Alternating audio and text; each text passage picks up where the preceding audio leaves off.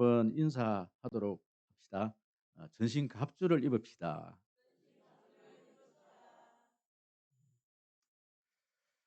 우리 믿음의 자녀들이 교회에서 가장 많이 사용하는 단어 중에 하나가 바로 이 영적 전쟁, 영적 싸움일 것입니다.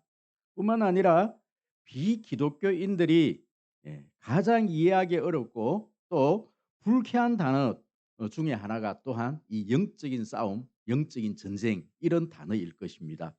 어떤 사람이 교회에서나 또 성경에 반대되는 어떤 그런 행동을 할 때면 우리 오랫동안 신앙생활을 했다고 하시는 우리 장로님들이나 권사님들, 특히 우리 권사님들이 그런 분들을 향해서 뭐라고 말을 합니까? 사탄아 물러가라. 사람을 향해서 사탄아 물러가라. 이런 어떤 단어들을 쓰곤 합니다. 또 그 사람 뒤에 배후에 마귀가 있다. 그렇게 생각을 하기도 합니다.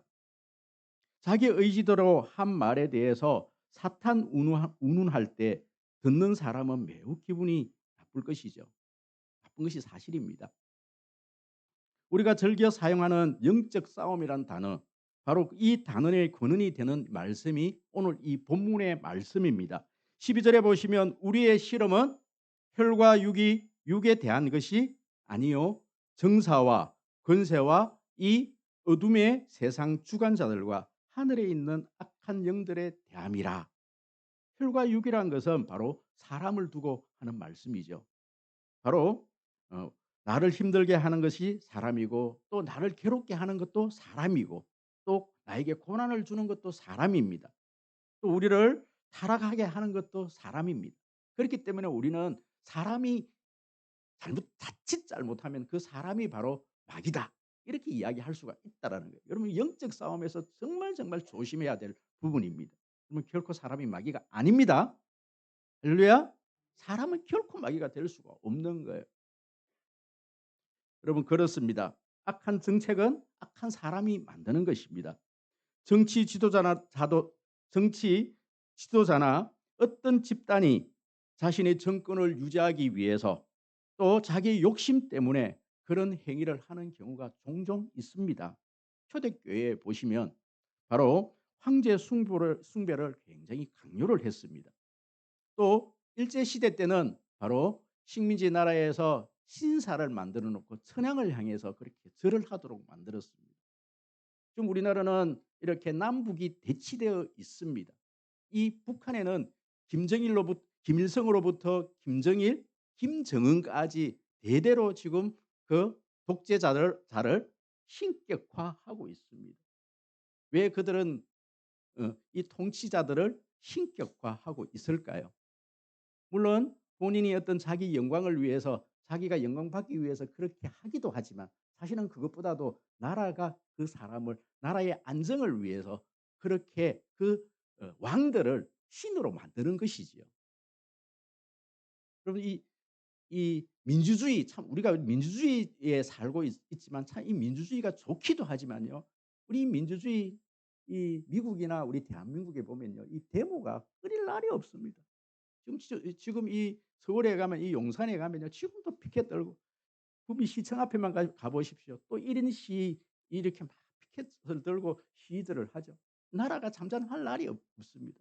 그렇기 때문에 이 공산주의에서나 또 이렇게 독재적인 어떤 그런 어떤 천왕이 그렇게 다스리는 나라는 바로 이 왕이 신이 되어야만이 나라의 안정을 취할 수 있고 나라를 그렇게 자기 안정권에 들어가게 하기 위해서 그들이 만든 것이 뭔가 하니까 이데올로기, 공산주의 어떤 이념을 만들어낸 것이지요.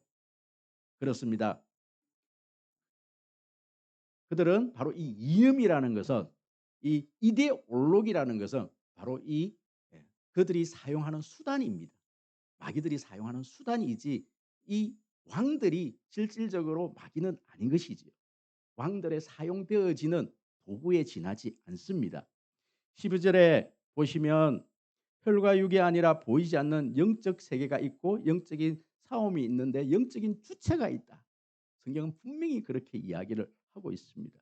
다시 말씀드리면 나를 괴롭게 하는 사람이 주범이 아니라 그 배후에 어떠한 영적인 세력이 있다 이렇게 말씀을 하고 있습니다.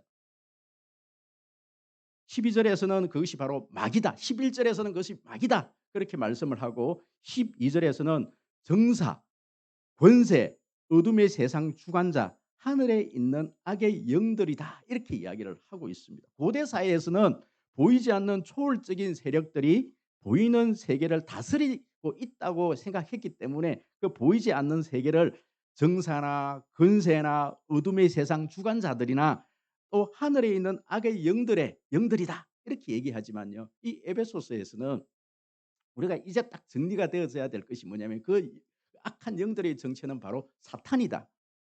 또 마귀다. 마귀의 졸개가 바로 귀신이다. 이제는 우리는 아주 명확한 단어로 그것을 규정을 지을 수 있다라는 말씀이지요. 그렇기 때문에 어떤 권세자들이 마귀가 아니라 그 마귀의 그 권세자들의 뒤에 배후하는 이 마귀의 실체에 대해서 너희들이 좀 알았으면 좋겠다. 그래서 에베소서에서는 계속해서 이제 마귀의 실체에 대해서 우리에게 지금 말씀을 하고 있고 그 영적 싸움에 대해서 그렇게 말씀을 하고 있는 것이죠. 여러분 그렇습니다. 이 손자병병에 보면 지피지기면 백전백승이다. 나를 알고 상대방을 알면 상대방을 알고 나를 알면은 그 전쟁을 100번을 해도 100병을 이길 수 있다. 이렇게 말씀을 하고 있습니다. 그래서 우리가 오늘은 이렇게 저번 주부터 계속해서 이 마귀의 실체에 대해서 말씀을 드렸고요. 저번 주에도 제가 우리가 이 영적 전쟁에 대해서 오해들이 있다. 우리가 잘못 생각하는 것들이 있다. 제가 말씀을 드리면서 저번 주에 말씀을 드렸고 오늘은 제가 오늘 여러분들과 나누고 싶은 내용은 바로 이 영적 전쟁에 대한 오해와 또 다른 오해 한 가지와 바로 이 영적 전쟁에서 승리하기 위해서 제시하고 있는 두 가지 방법 중에 이 성령 안에서 기도한다는 것은 저번 주에 말씀을 드렸고 오늘은 영적 싸움을 하기 위해서 전신 갑주를 입어라. 사실 오늘 우리 설교 제목은 전신 갑주를 입어라. 이렇게 해야 되는데 영적 전쟁이란 이 오해들 좀 설명을 하기 위해서 그렇게 영적 전쟁이란 카테고리 안에 전신 갑주에 대해서 말씀을 좀 나누려고 합니다. 오늘 이 영적 전쟁에 대해서 오늘 말씀을 드릴 때 여러분 너무 두려워할 것도 없어요. 너무 떨 필요도 없습니다. 이 영적인 세계가 있구나. 우리가 보이지 않는 이 악한 영들과 싸우기 위해서 우리가 뭘 준비해야 되는 것인가? 두 주에 걸쳐서 오늘은 제가 지금 이 전신 갑주가요 6가지 아닙니까? 6가지. 이 6가지 중에서 세 가지 이렇게 나눠서 그렇게 말씀을 드리려고 하다가 이게 한꺼번에 다 하는데 오늘 혹시 시간이 부족하면 제가 뒤쪽에 한두 가지는 좀 또 다음 주로 또 넘길 수도 있겠는데 할 수만 있으면 제가 다 해보도록 하겠습니다. 여러분 오늘 이 영적 전쟁에 대해서 이 말씀 깊이 들으시고 영적 전쟁에서 승리하시는 저와 여러분 되시기를 축복합니다. 우리가 첫 번째로 우리가 생각해야 될 것이 뭔가 하니 바로 이 영적 싸움에 관한 오류, 또 다른 오류. 그러면 영적 과대망상의 오류입니다. 과대망상의 오류.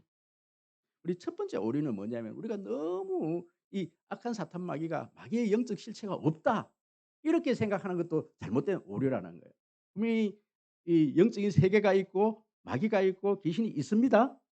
할렐루야. 그것을 인정하는 것도 인정해야만이 된다라는 거예요. 그런데 그것을 너무 과대망상적으로 우리가 좀 다르게 생각하는 어떤 그런 영적인 어떤 세계에 대해서 우리가 잘못 생각하는 것들이 있더라는 겁니다. 여러분 그렇습니다. 우리가 하나님의 뜻에 어긋난다고 생각하면 우리는 모든 것을 사탄의 어떤 마귀의 일이다 이렇게 돌리는 경향들이 있다라는 거예요. 여러분 이 말씀이 무슨 말씀인가 하니 여러분 악을 만들어내는 것은 바로 세 가지가 있습니다. 첫 번째가 뭔가 하니까 인간의 죄입니다. 그리고 또 한 가지는 뭐냐면은 바로 구조악이라는 것입니다. 그럼 또 한 가지는 뭐냐면 바로 이 구조악을 사용하는 사탄이 사탄과 악의 영들입니다.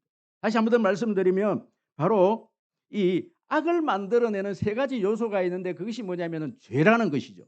이 죄를 가지고 이 구조적으로 바로 구조적인 악을 만들어내는 겁니다. 그 뒤에 영적인 세력이 있다라는 거예요. 조금 더 제가 쉽게 설명을 드려보겠습니다. 어떤 사람이 쉽게 예를 들어서 계속해서 상습적으로 우리 중고등부 학생들이 술을 먹고 마약을 해요.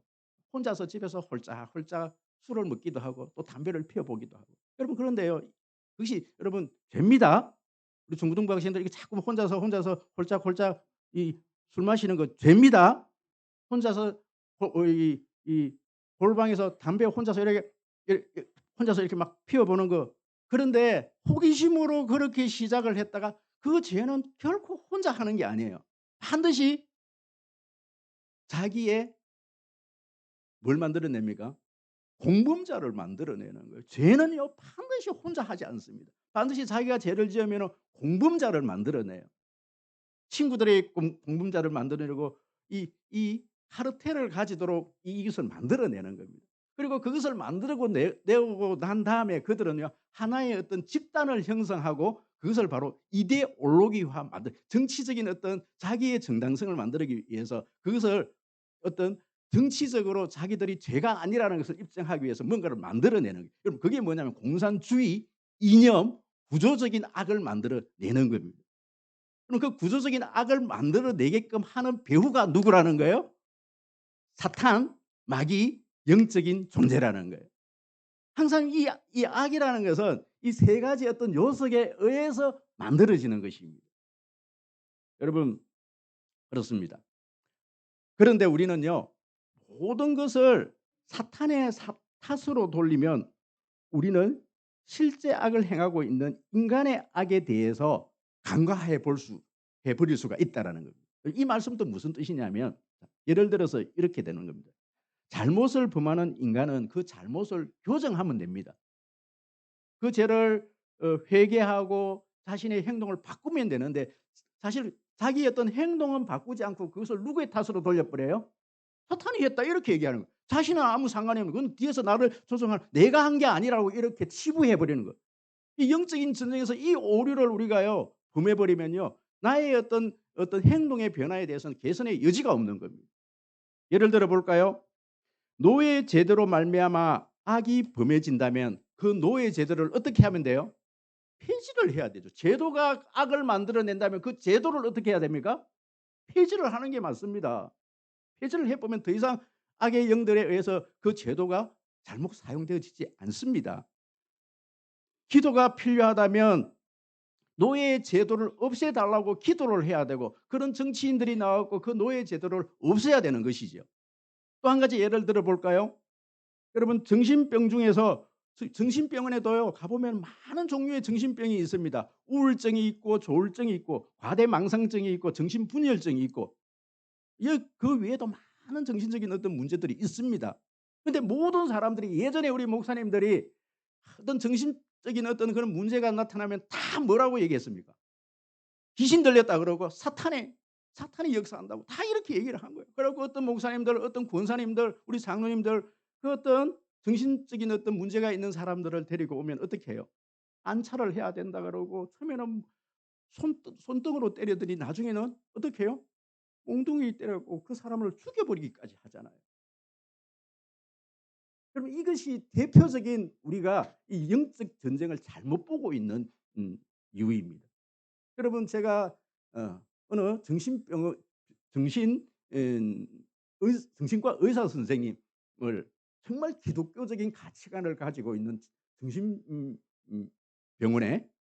그 의사 선생님을 만나고 기독교적으로 이 정신병에 대해서 설명을 듣고 이 영적인 세계를 제가 제대로 이해를 하게 된 거예요. 이 의사 선생님이 이렇게 말씀을 하셔요. 모든 것이 다 귀신의 역사가 아니다. 예를 들면 이런 겁니다. 여러분 조울증, 우울증 이런 것들은 여러분들 가정에 암 환자가 있지 않습니까? 어떤 환자가 있듯이 그 어떤 질병의 한 종류라는 거예요.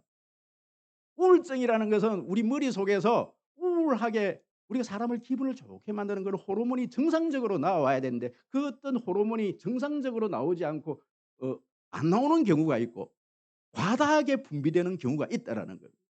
그러면 그렇게 과다하게 분비되는 것은 현대의학으로서 충분히 그것을 잡아낼 수가 있다라는 거예요. 어느 정도 그 약만 일정하게 먹게 되면은 그 사람은 정상적인 생활을 충분히 할 수가 있다라는 거예요. 그런데 그 의사 선생님이 하시는 말씀이 뭐냐면은 우울증이나 또 조울증이나 어떤 정신적으로 조금 그런 어떤 분비가 막 과다하게 나오든 적게 나오든 그런 분들에게 귀신이 역사할 수 있는 그런 확률이 많다라는 거예요. 그렇다면 여러분 보십시오. 우울증이나 이런 뭐 조울증 이런 것들은 1 차적으로 뭘 해야 될까요? 병원에 가고 약을 먹고 조절을 해야 되는 겁니다. 그럼 만약에 그 사람에게 귀신이 역사하고 있으면은 그 귀신의 역사하는 일은 누가 해야 될 일이에요? 그거는 목회자가 하든지 더 기도하는 사람에 의해서 그 귀신을 내어 쫓아내야 되는 거예요. 예수님이 그렇게 하신 거예요. 예수님이 다 그렇게 물론 예수님은 다 하실 수 있는 일이기 때문에 우리 인간을 만드셨기 때문에 그런 분비물까지 다 나오게 하실 수 있기 때문에 예수님은 근본적인 치료자입니다. 할렐루야. 그렇지만 현대적인 의학에서도 충분히 그런 부분에 대해서는 조절이 가능하다라는 거예요. 여러분 보십시오. 모든 것들이 다 영적이다. 다 귀신이 하는 것이다. 여러분 그 오류에서 잘못된 게 뭐냐면 안차를 하고 귀신아 사람을 향해서 귀신아 그렇게 이야기하고 그 사람을 때리기도 하고 귀신 내어 쫓는다고 그런 오류를 범하게 되더라는 것이지요. 그럼 이것이 우리가 영적인 오류입니다. 과대망상, 영적 싸움에 대한 과대망상입니다. 여러분 또 한 가지가 더 있습니다. 대표적인 것이 뭐냐면은 여러분 땅밟기입니다. 땅밟기. 특히 이 땅밟기는 예수전도단에서 어떤 지역에서 영적인 세력을 쫓아낼 거라고 여러분 여리고성 도는 어떤 것들을 참 우리 어떤 기독교 초창기 시즌에 어떤 미신을 많이 믿는 어떤 그런 어떤 지역에서는요. 그것이 일부 어느 정도 허용되기도 했어요. 저도 예전에 하도 그런 설교를 많이 들어 갖고 어떤 지역에 뭐 전도를 가거나 아니면 교회가 땅을 사야 되면은 거기에 가서 그 땅을 돌기도 하고 거기 가서 또 영역 표시하기도 하고 거기 가서 기도하기도 하고 물론 그 기도가 뭐 잘못됐다. 그렇게는 또 말씀 드릴 수는 없습니다. 하지만 그것이 우리는 이 영적인 이 악한 사탄 마귀를 우리가 대적하는 아주 우리가 쉽게 생각하는 일이에요. 우리가 그렇게 해서 그 지역을 그렇게 밤마다 돈다고 해서 약간 사탄이 무너질 것 같으면 100번 돌고 1000번 돌고 또 돌고 또 돌지요. 그럼 그것은 이 영적인 싸움에 대해서 아주 우리가 잘못 이해하고 있고 얕은 수위입니다. 여러분 그렇습니다. 사탄의 영역은 어떻게 해서 무너집니까? 여러분 한 사람이 예수 그리스도를 영접하고 그 사람이 바뀔 때 여러분 그 지역의 영적인 어떤 전쟁이 이제 끝이 나게 되어지는 겁니다. 복음이 선포되어질 때 그 일들이 일어나게 되어지는 것입니다. 로마서 12장 2절에 바로 그 정답이 있습니다. 너희는 이 세대를 본받지 말고 오직 마음을 새롭게 함으로 변화를 받아 하나님의 선하시고 기뻐하시고 온전한 뜻이 무엇인지를 분별하라. 이 시대를 본받지 말고 이 시대를 정확히 분별해서 이 시대를 점령하라. 사람에게 복음으로 이 시대를 이 세상을 점령하는 것. 여러분 그것이 땅밟기입니다. 땅을 직접적으로 밟는 것이 아니라 그 사람에게 직접적으로 복음을 전하고 그 사람에게 선한 영향을 끼치는 것이 여러분 그 지역을 점령하는 것입니다. 땅을 밟는 것은 그런 의미가 있는 것이지요. 영적인 전쟁은 땅을 밟아서 그렇게 하는 것이 아니라 우리가 기도함으로 말미암아 우리 교회 안에서도 충분히 함께 기도할 수 있습니다. 함께 그 세상을 향해서 선포하고 기도하고 그들에게 복음을 전하고 이 세상을 본받지 말고 우리가 우리 마음을 겸비해 내는 것 이것이 땅밟기입니다.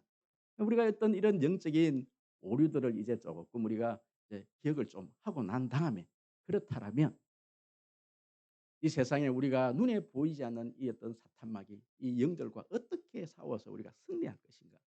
오늘 이 성경에서는 우리에게 두 가지를 말씀하고 있습니다. 12절과 18절 말씀인데 18절 말씀은 우리가 저번 주에 했던 말씀이지만 그 첫 번째 방법이 18절 우리 다시 한 번 더 큰 소리로 읽도록 하겠습니다. 시작. 모든 기도와 간구를 하되 항상 성령 안에서 기도하고 이를 위하여 깨어 구하기를 항상 힘쓰며 여러 성도를 위하여 구하라. 기도와 간구를 하되 항상 뭐 안에서? 성령 안에서 성령에 붙들려서 기도해라. 그냥 중언부언하지 말고 성령에 온전히 붙들려서 성령의 인도하심 따라 기도함으로 이 악한 사탄 마귀를 이길 수 있다라고 말씀하십니다. 할렐루야. 기도로 승리합니다. 이제 두 번째 방법 오늘 드린 말씀. 오늘 12절 말씀입니다. 여러분 12절 말씀 또 13절 말씀 11절 말씀에 하나님의 여기서는 11절에서는 하나님의 전신갑주를 입으라. 하나님의 전신갑주를 취하라. 이렇게 말씀을 하고 있는 것이죠. 여러분 이 전신갑주라는 것은 고대 로마에서 또 이렇게 전쟁을 할 때 옛날 이 고대 전쟁에서 사용되어질 때에 군사들이 이 전쟁에 나가기 전에 군장을 하는 군복을 입는 것을 군복을 우리는 전신갑주다 그렇게 이야기를 하는 거예요. 여러분 제가 어저께 이제 우리 중고등부 멸리에서 연합회 우리 한 130명에서 한 140명이 이제 참여했다고 합니다.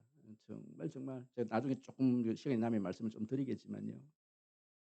정말 저는 이 행사를 두고 정말 영적인 싸움이 치열했거든요. 저는 이때까지 일주일 동안이 일주일 단위서 목사는 일주일 단위서 그렇게 살아가는데 지난 일주일은 그렇게 정말 긴 일주일일 수가 없었더라고요. 제 목회 기간 동안 정말 장례부터 시작했고 많은 어떤 일들이 일어났는데 정말 저는 왜 이런 어떤 이 일주일이 이렇게 영적인 어떤 힘듦이 있었는가 그렇게 생각해 보니까 이 집회 때문에 그렇더라고요.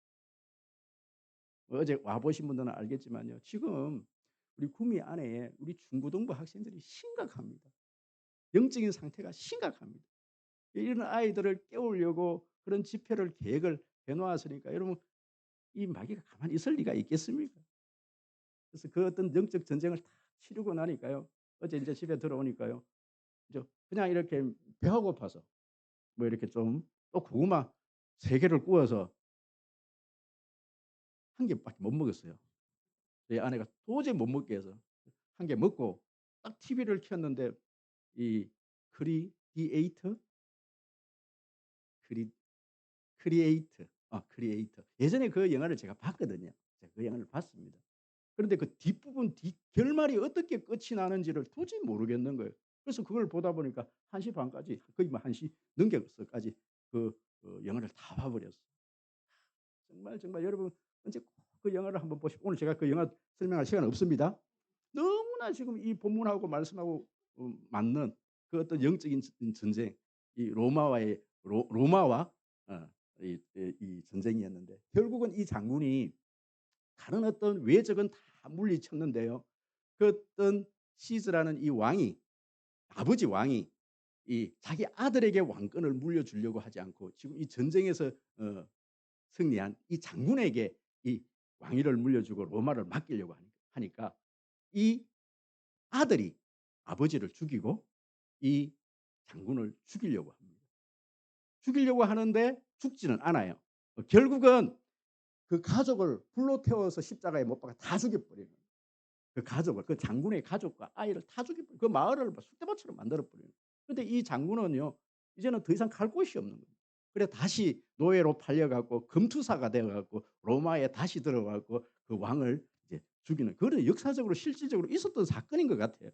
그것을 영화화한 것 같아요. 여러분 그 과정에서 여러분 전차들이 나오고 갑옷들이 나오고 칼이 나오고 금이 나오고 그 영화 한 편을 보면 오늘 설교 다 들어버린 거예요. 너무너무 리얼하고 너무너무 가슴이 벅찬 그 영화 한 편. 자 오늘 사실은 오늘 이 설교하지 말고 그 영화 한 프로 보고 그냥 오늘 설교 끝입니다. 이렇게 할까 말까 막. 근데 그거는 이렇게 할 수 없으니까 여러분 꼭 그 영화 다시 한 번 더 보십시오. 보셔야 됩니다. 그죠? 예. 저기 장군 이름이 예 그러니까 글라디에이터. 예. 영화 꼭 한번 보셔야 돼요. 정말 그걸 보시면 그 장군 그지? 막시무스 그죠? 그 영화를 한번 딱 보시면 오늘 이 내용이 그냥 쉽게 이해가 되었어요.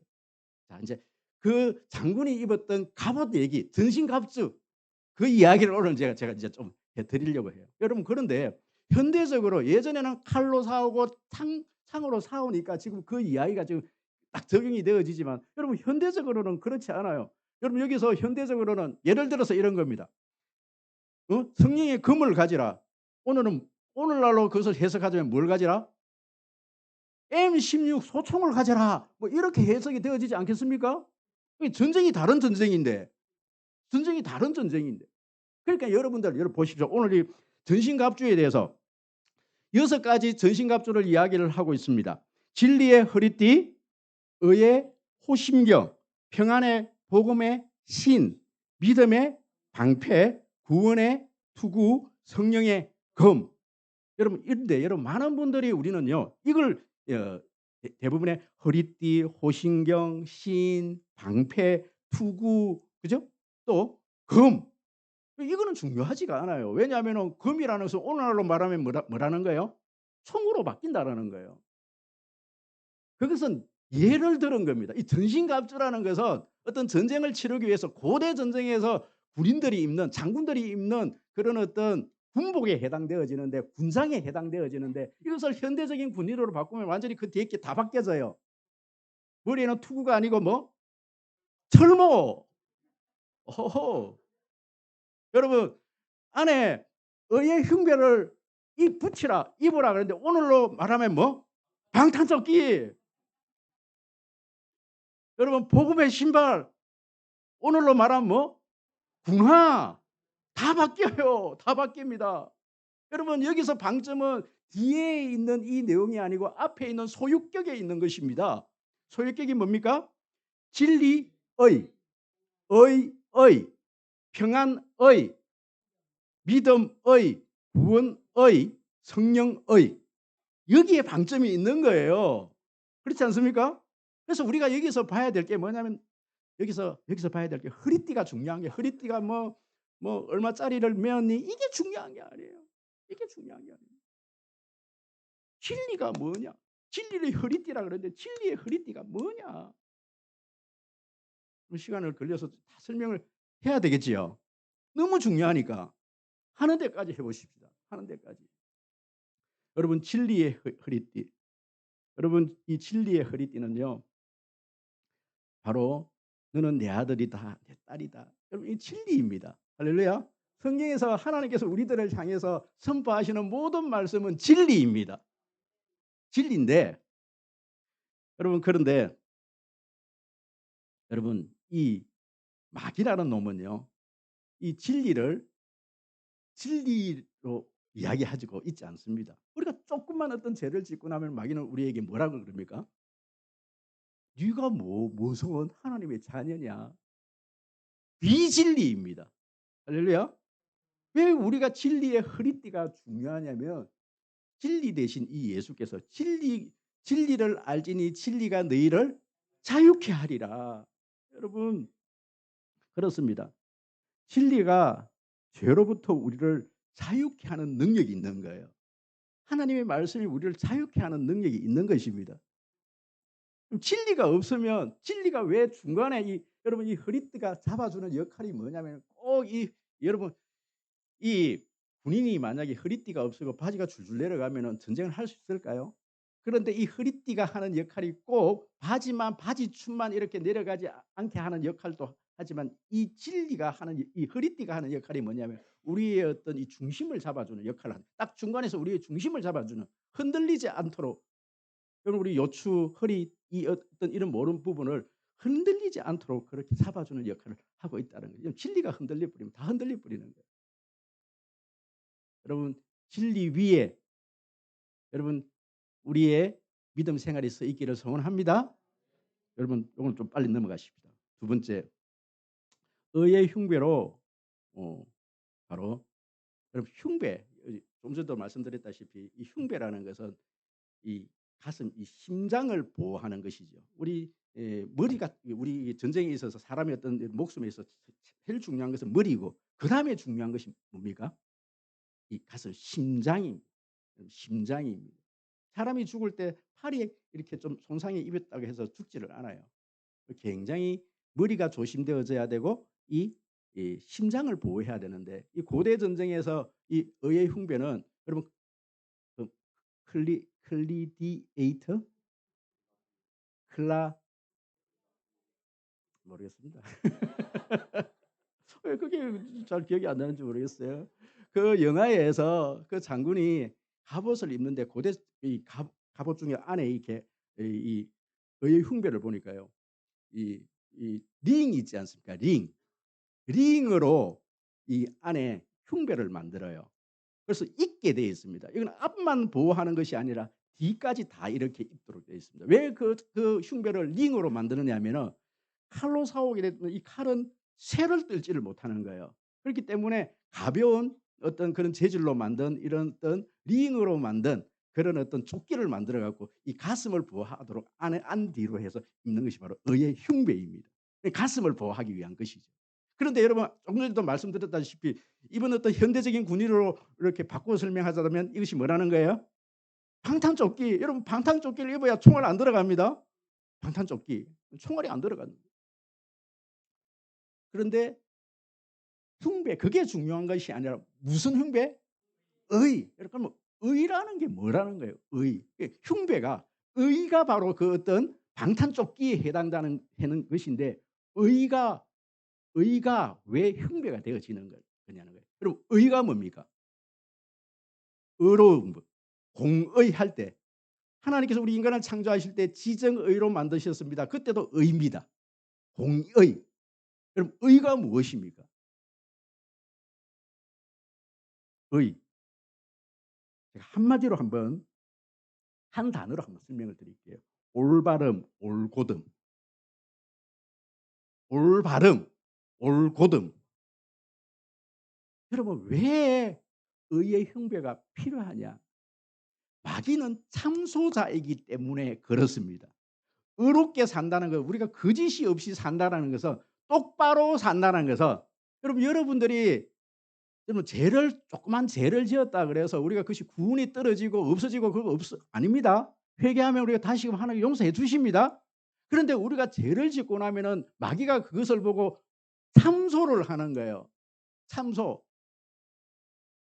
고발을 한단 말이에요. 고발당할 요소를 우리가 만들지 말기 위해서 의롭게 그 의를 유지해야 된다는 거예요. 여러분 혹시 철로 역정이라는 그 기독교 고전을 한번 읽어 보셨는지 이 순례자가 이제 어떤 여행을 떠나지 않습니까? 순례의 여행을 떠날 때 꼭 거쳐가야 될 어떤 그 관문이 하나가 있어요. 어떤 길을 통과해야 돼요.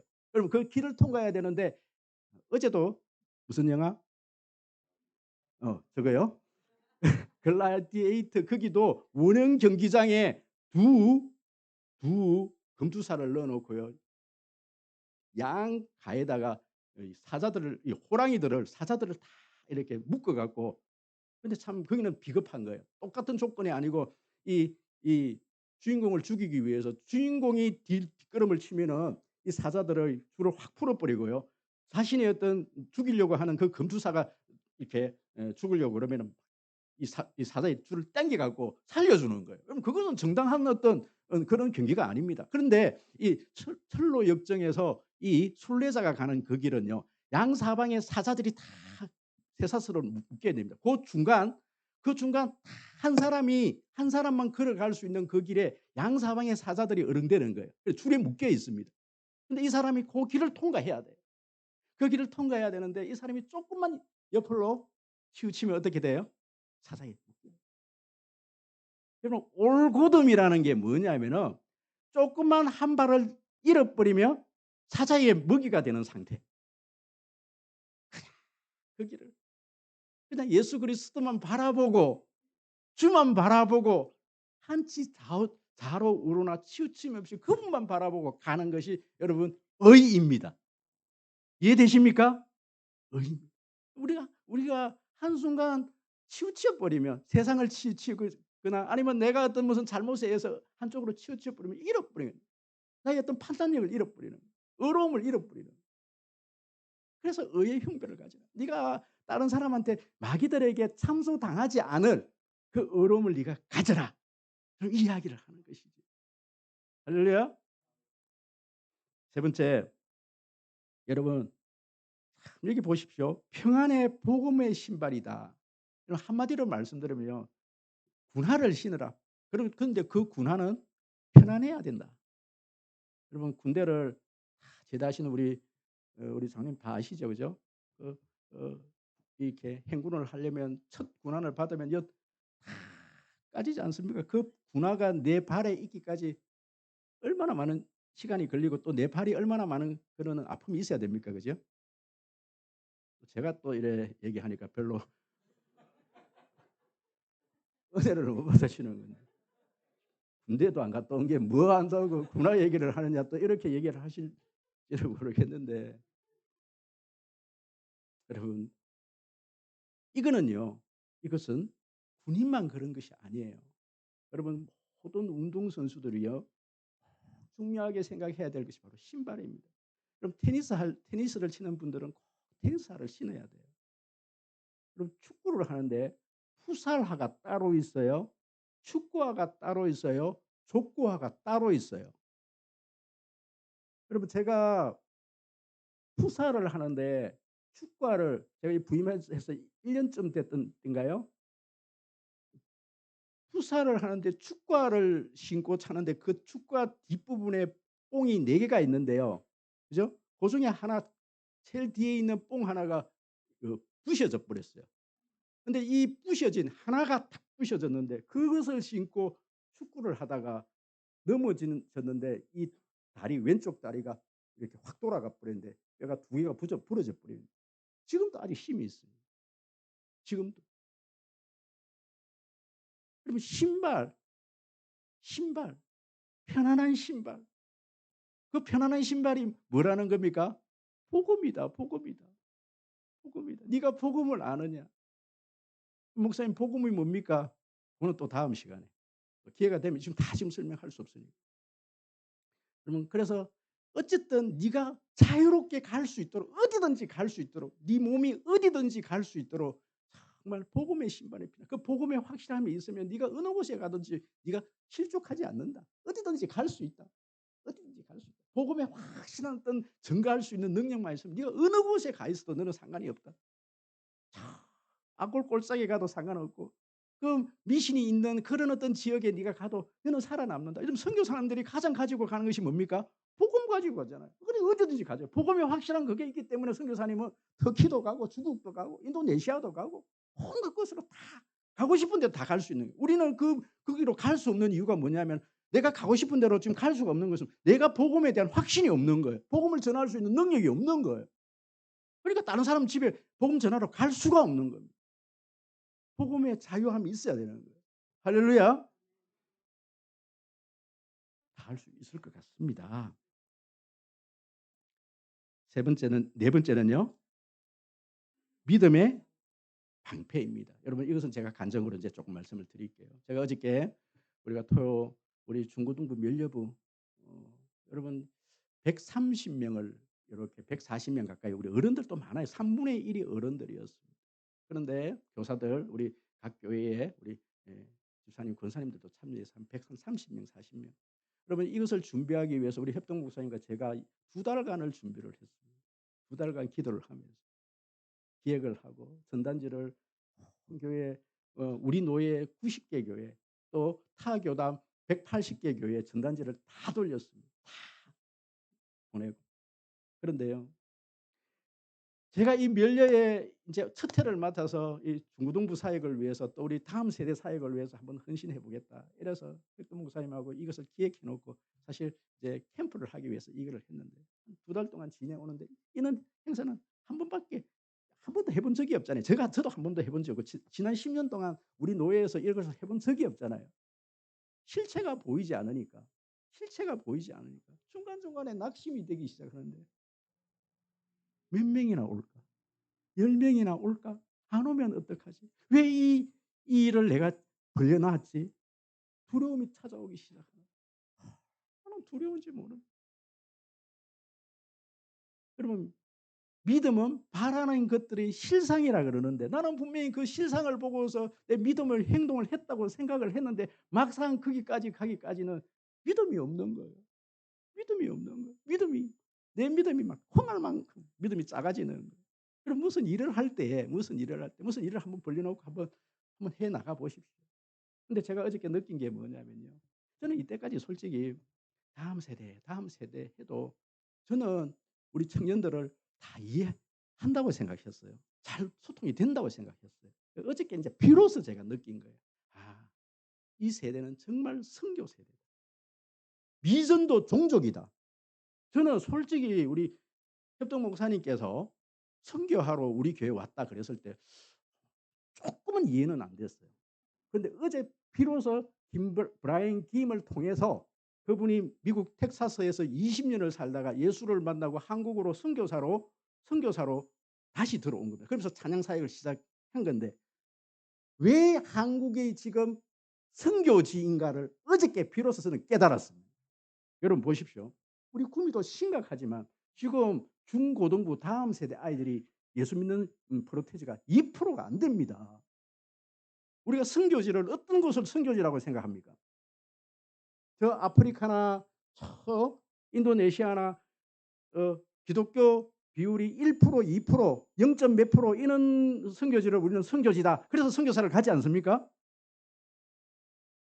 여러분 다음 세대 중고등부 세대가 2% 같으면요. 여기는 선교지 맞습니다. 선교의 대상이 맞습니다. 그런데 우리는 너무나 그것을 관과해버리고 말았습니다. 우리 교회 안에 우리 성림교회 안에도 중고등부 학생들이 지금 미정도 종족입니다. 여러분하고 대화 안 됩니다. 쟤네들하고 죄송합니다. 우리 다은이 다솜이하고 여러분 대화 안 됩니다. 어저께 비로소 저는 그들의 찬양을 듣고 이 아이들의 그 어떤 반응하는 모습을 보면서 그 브라이언 킴의 그 찬양에 그들이 눈물을 흘리고 부하중앙교회라는 교회에서 12명의 아이들이 세상에 이런 것을 처음 경험했는데 언제 또 하냐고 이런 반응을 보면서 눈물을 흘리면서 너무 감사하다고 아이들이 찾아오는 모습을 보면서 이것은 선교지이다. 아, 우리 교회가 해야 될 다음 세대 사역이 바로 이거다. 여러분 이 나이에 하나님께서 우리를 어디로 보내시겠습니까? 아프리카로? 영어권으로? 저 영어 지금 다 잃어버렸어요. 크리디에이터 이 발음도 잘 안 돼요. 지금. 영과 출신입니다. 성림교회에서 한국어로 계속 묵상하고 늘 말씀 한국어 묵상하다 보니까 영어 다 잊어버린 거예요. 크리디에이터 이 발음이 안 돼요. 지금. 한 저를 선교지에 보내시겠어요? 그럼 우리 장로님 권사님들은 지금 영어권에 가서 선교하라고 말씀하시겠습니까? 우리는 한국의 다음 세대 선교를 해야 합니다. 우리 교회가 이 일을 해야 합니다. 여러분 이 일을 위해서 우리가 재정을 투자해야 합니다. 저는 그 각오가 되어 있습니다.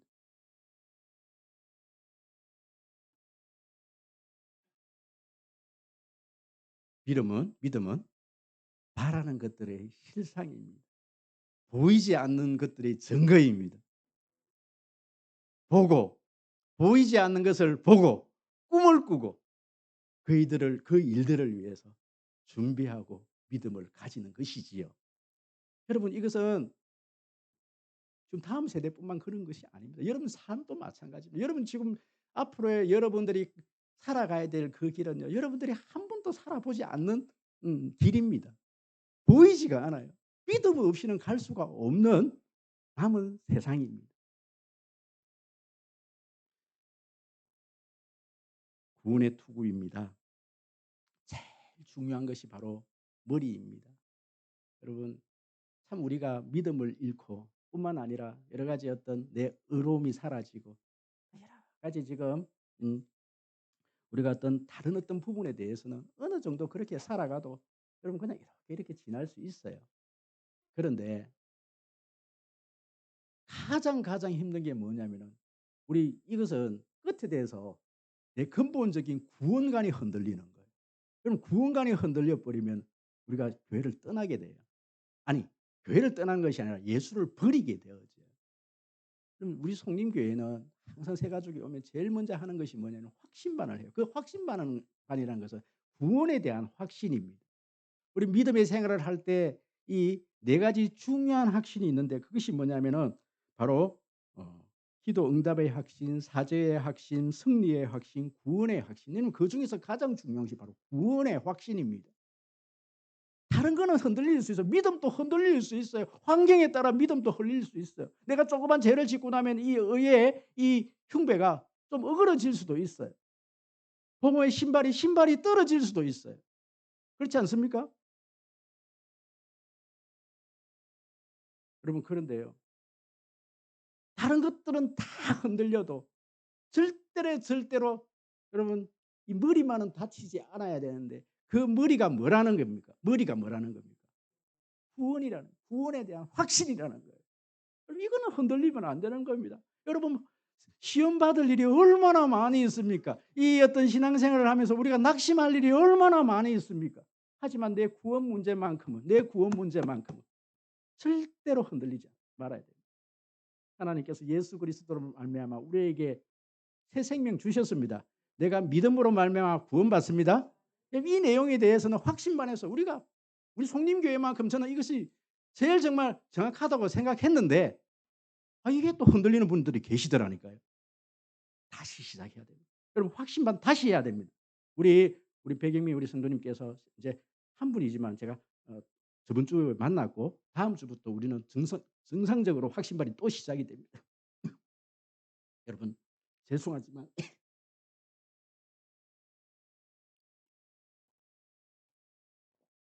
우리가 하나님 앞에서 정직해야 되는 거예요.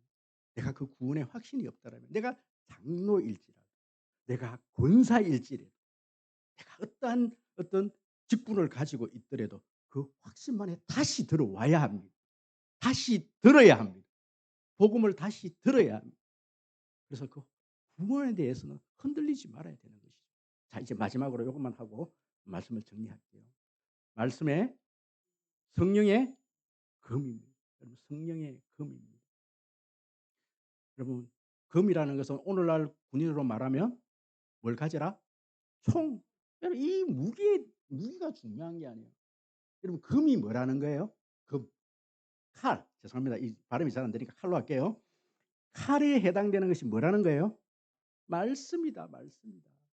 여러분, 자, 이 완전 군장 중에 5가지는 전부 다 자기를 보호하는 군장들입니다. 그렇지요? 이 말씀은 뭐냐면 5가지가 나를 보호하는 군장이고 1가지가 공격용 무기라면 사실 전쟁에 있어서 뭐가 더 중요하다? 나를 보호하는 것이 더 중요하다. 적군을 죽이는 것도 중요하지만 내가 죽어버리면 끝이다. 그렇지만 전쟁에 이기기 위해서는 적도 분명히 죽여야 한다. 여러분, 이 군장에서 지금 이 군인의 이 군장에서 이 6가지가 우리에게 이야기하는 것은 5가지가 나를 보호하는 것이라면 우리는요, 수비를 중요하게 생각해야 된다는 거예요. 나를 무장하는 것. 나를 이만큼 5가지로 다 무장했다라면 그래도 이 전쟁에서 승리를 하기 위해서는 공격력 무기 하나를 가져야 되는데 그 무기가 뭐라는 거예요? 말씀이다. 할렐루야. 여러분들이 왜 마귀를 제압하지 못하느냐? 스스로 지금 밥을 떠먹을 수 있는 힘이 없는 거예요. 스스로. 그럼 지금 제자반이 뭐예요? 제자반이 뭡니까? 말씀. 저 예전에 여러 가지 교재로 그렇게 훈련을 시켜봤어요. 제가 내린 결론이 뭐냐면요, 이 말씀이 텍스트여야 된다. 할렐루야. 제가 보조교회를 사용하지만 뭐 큐티 교재나 다른 보조교회 오늘 제가 다 설명을 해드립니다. 여러분, 그 보조교재가 주교재가 아니에요. 주교재는 이 말씀을 읽기 위해서, 저는 말씀 읽기 위해서 그 교재 설명하는 겁니다. 이 말씀 전체를 이해하고 이제 매일매일 주시는 나의 말씀으로 하루하루를 살아내면서 그 어떤 영적인 삶을 이겨내는 거예요. 예수님께서 그렇게 하신 거예요. 40일 금식을 하고 난 다음에 사탄이 와서 시험을 할 때 뭐라 그럽니까? 말씀으로. 사람이 떡으로 살 것이 아니요 하나님 말씀으로 살 것이다. 사탄아 물러갈지어다. 사탄에서 바로 말씀으로 이겨내버려요. 이 마귀가 공격해 올 때 다른 것으로 다 막아냈다면 마귀가 물러가는 것은 말씀으로 물러치는 겁니다. 말씀이 살아 있어야 됩니다. 이 말씀은 살아서 운동력이 있어. 어떠한 예리한 금보다도 여러분 강한 힘을 가지고 있는 거예요. 그래서 여러분 제사반을 하는 겁니다. 여러분 제사반체하고 이제 2년 하고 나면요. 좀 군사로 거듭나는 겁니다. 할렐루야. 기도하겠습니다.